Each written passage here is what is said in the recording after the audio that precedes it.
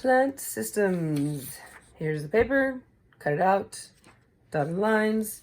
We're going to glue the papers, all the little pieces of papers in first, and then we will do our notes. Just a little bit of glue since we're obviously going to be writing on these. So I'm actually going to start with the longest one here. I'm going to put just a dot in each corner so we don't use a lot so it doesn't get wet. Glue that up at the very top left corner. Then take the one that says leaves. I'm going to 4 dots of glue in each corner. Stem, 1 dot of glue in each corner. I'm gonna put that below it. Roots.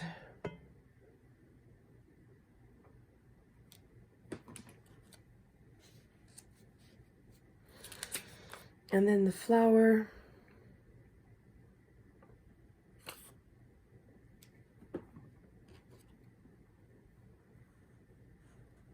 Make sure there's space above and space below.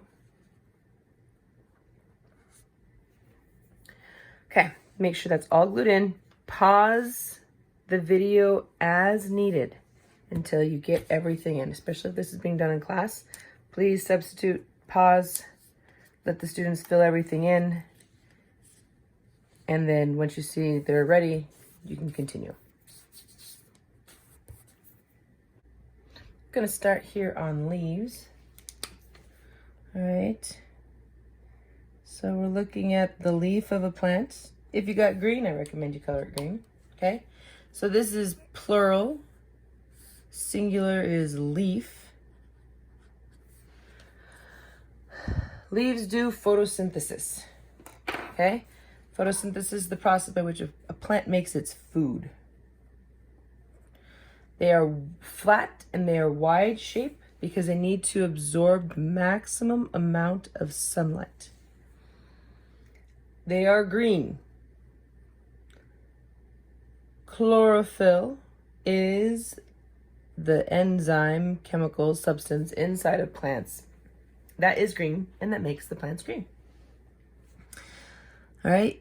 The leaves bring in the carbon dioxide gas from the atmosphere and release the oxygen gas to the atmosphere through pores that are called stomata. Okay, so that's basic introduction to the leaves. Next, let's talk about the stem.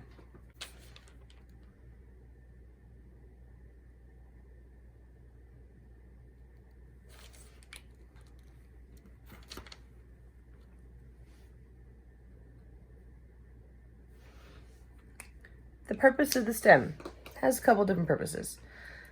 One of its purposes is to hold up the leaves. All right, it's what the leaves are attached to, and most plants grow upward, and it has that. It's to hold up those leaves so the leaves can get to the sun.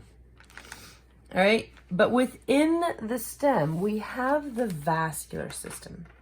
Now this is important.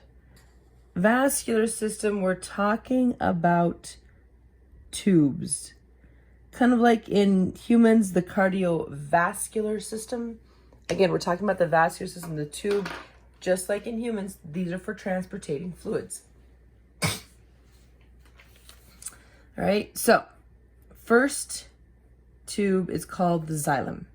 And it moves water, our good old H2O, and minerals, but it only moves them upwards. Only goes up the leaf, up the stem. And it moves from the roots to the leaves and the flowers. Okay, so the xylem moves the water. The other one is called the phloem, spelled with a PH. Okay, the phloem moves food. And plant food, we're talking about glucose, sometimes sucrose, and it can move up or down the stem depending upon where the plant needs it. And I'll get into more detail later about what that means. But important thing to notice here, all right, to help you remember xylem and phloem, that phloem moves the food. So that F sound from the PH in the phloem and food, the phloem moves the food. Okay, looking at the plant again, the next part we're going to talk about are the roots. Okay, so the roots there, what's the purpose of roots? Well, their major purpose is to absorb water. This is how the plant gets the water, through the roots. It also absorbs minerals. Any mineral that the plant needs, it gets from the soil and absorbs through the roots. Now, in some plants, not all, but in some plants, it can actually be a great source of storage, okay?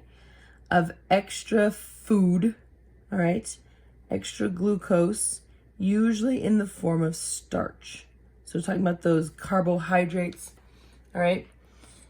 That simple carbohydrate, monosaccharide, complex carbohydrate, polysaccharide, starch.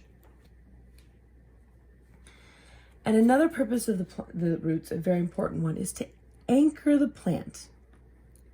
Hold it in the soil so it doesn't fall over, so it doesn't wash away. Okay? Anchors the plant. This is very important for the plant. Now, going back to this idea of the extra storage. If you look at roots, sometimes in the roots of a plant, you'll find something like a potato. Okay? That potato is the storage.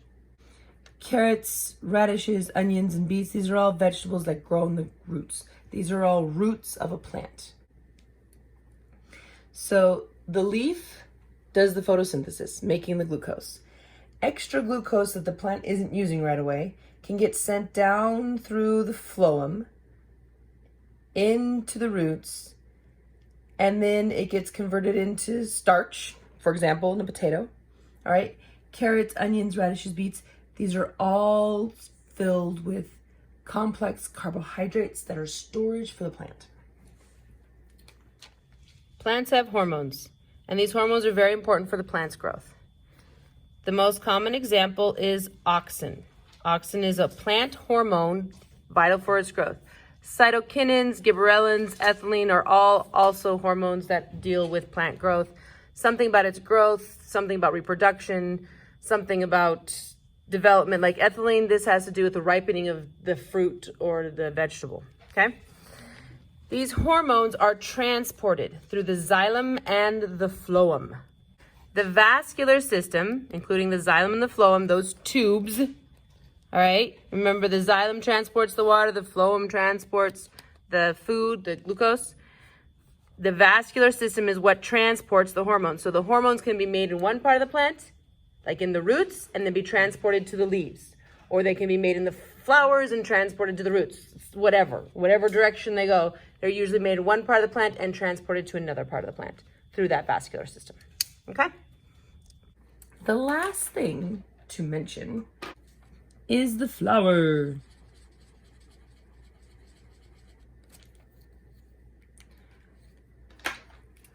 The flower is about reproduction.